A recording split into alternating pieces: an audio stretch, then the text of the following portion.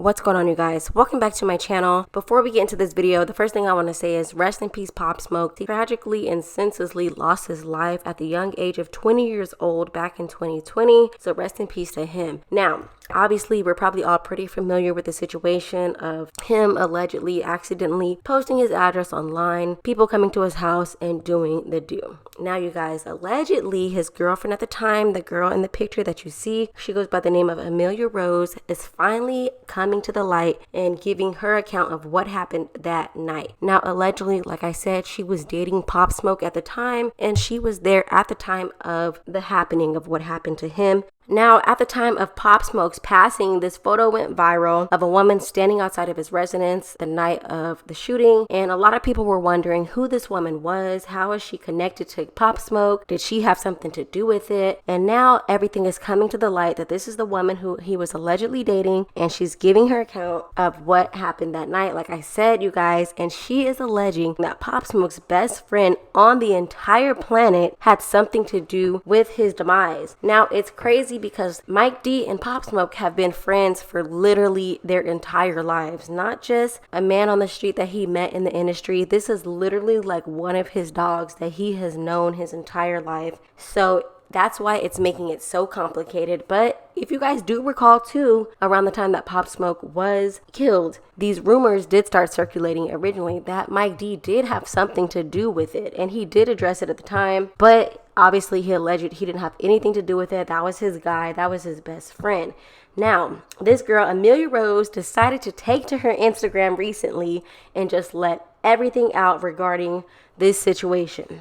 Now, y'all, keep in mind this girl is foreign. I don't know. She's from probably some Slav country. So her English is a little bit broken. She does have to use Google Translate in order to make these posts. Now, she takes to her Instagram and she says, February 19th, 2020 was the worst night in my life. 2 years ago, my life changed forever. Everyone who asks who is the girl in the white covers and why she keeps quiet. First year, I was honestly in shock and my depression hit so bad. I was crying all the time. I had tried suicide. That's all I remember. In 2021, I started to get sick often and I was so stressed out and my body just shut down on me, and I realized that I had to start talking and sharing what happened that day and stop living over and over again the worst day of my life. Now, Amelia then proceeds to go into detail of exactly what happened and what she remembers, that pretty much it wasn't what the media portrayed. It wasn't three men or men who came in and tried to rob him. It was pretty much men who came in with an agenda. They knew what they were doing. They knew what they came for. They pretty much had, like I said, they had an agenda of what they needed to do,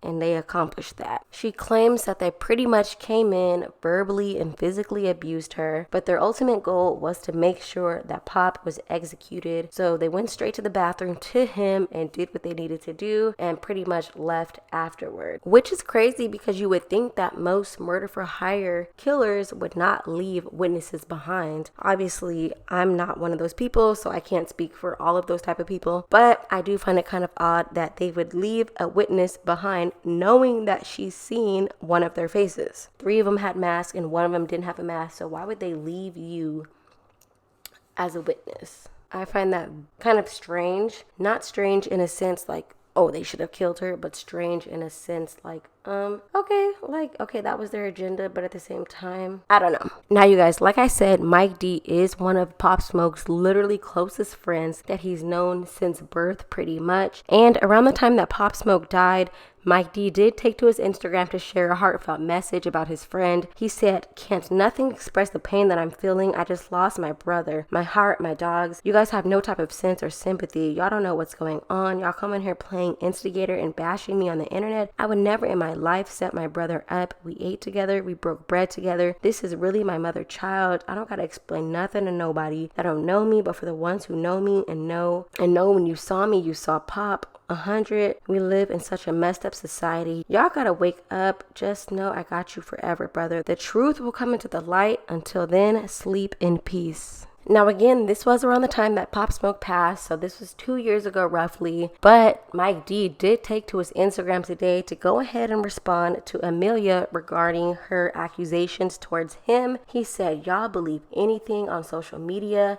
so ignorant and dumb for real. I mean, I guess if you want to say that's him addressing it, it's really not, but again, he already addressed this whole situation in the past, so you can't really just sit up and say that he's tap dancing or ignoring anything because he's already addressed this. He then goes on to make another post saying, what's understood ain't gotta be said. Real people gonna stand tall forever. Fake people gonna fold under pressure. Now you guys, it's so hard to put your finger on this situation from an outsider's perspective because we truly don't know. Backdooring is very common in hip-hop communities when it comes to knowing people and trusting people. And let's keep it 100. It's not something that's common, but it's something that definitely does happen more often than we think. But you guys, not only did she make that post, she then goes on to continue to put Mike on blast, you guys. She said, Mike, you're so fake. I'm sure you're involved in what happened. Your reaction to everything you did that night was so weird. When we were on our way home, you were so nervous. You were texting someone the whole time. When we got home, you were talking to someone on the phone. Maybe you would tell everyone the truth. Who is the black woman who did the setup? Who are the people involved in this murder? You know everything. I saw everything. When Pop was talking to someone on the phone, you went to look out the window. I remember how you looked out the window and wrote to someone, it is from the window that you can see the stairs along which they climbed to the second floor. 2 rooms overlooked this balcony, and I wonder how they knew which room to go to. I'm sure, Mike, that it was you who gave them the information. How did they know? We have no weapons and no security. You saw them and did nothing. You had a chance to save us, but you did nothing. All these 2 years, I wanted to tell you, I hate you. You ruined my life with these people. A few minutes before the murder, you went outside and turned on the alarm. Maybe that's how you gave him a signal. Prison is waiting for you and it's inevitable. Detectives are sure that someone from the house was in control of the situation. Tell everyone the truth. What is an inside job? Tell all his friends who else is involved in his death because they are now still free. I hate you. Burn in hell. And you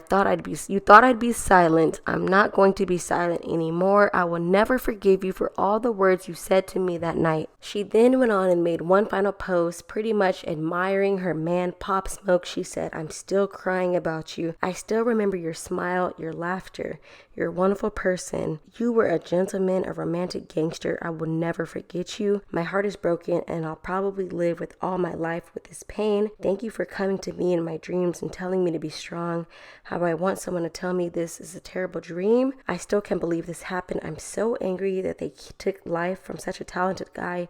I will fight for justice and truth. Now, let me know what you guys think about this situation between Pop Smoke and his best friend, because honestly, it's a very tough situation because on one hand, you do have this guy who has known Pop Smoke his entire life, and not only are they best friends, but Pop Smoke literally put him on. Like, he literally put him in his music videos, takes him on tour with him, takes him everywhere. Like, these guys are literally like textbook best friends. So it's kind of, in that sense, it's hard to believe that his friend would do something like this to him. But at the same time, like I said, stuff like this does commonly happen more often than not, more often than we think. Personally, in my opinion, do I think that Mike D was involved in Pop Smoke's murder? I'm leaning towards no, because for the reason of them just being childhood friends and being so close and just them having so much of a mutual respect for one another, not after death, but even when Pop was alive, they stayed together, they stayed posting each other, they stayed literally doing all this stuff. So why would he put a huge target on himself knowing that? And also, what is he getting out of this? Like, was he on Pop Smoke's life insurance? Was he in his will? Like, is he getting something out of this? Like, I don't get, what was the point of doing this? Was it for jealousy? Obviously, if it was for the reasons of sacrificial reasons or whatever you guys want to think it is, his career hasn't popped. Nothing has happened for him that I've heard of. So I don't think he really did it if that was the reason for it. But let me know what you guys think in the comments, because I don't know. This whole situation is crazy. All these allegations are crazy, but the truth will come to the light eventually. Let me know what y'all think. All right, y'all. We out.